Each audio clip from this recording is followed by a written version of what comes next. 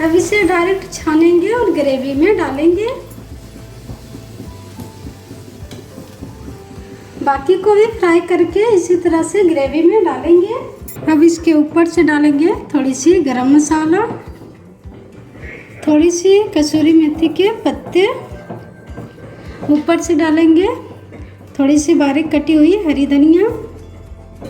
गोभी की एकदम से लाजवाब सब्जी मेरी बनके तैयार है। गोभी की एकदम से मज़ेदार सब्जी मेरी बनके तैयार हो गई। इस रेसिपी को आप भी एक बार ट्राई कर सकते हैं। ये खाने में बहुत ही ज़्यादा स्वादिष्ट लगती है। जिसे गोभी की एक जैसी सब्जी बिल्कुल भी खाना पसंद नहीं है, वे लोग इस सब्जी को बहुत ही पसंद करेंगे। ये सब्जी का स्वाद एकदम से पनीर जैसी आती है।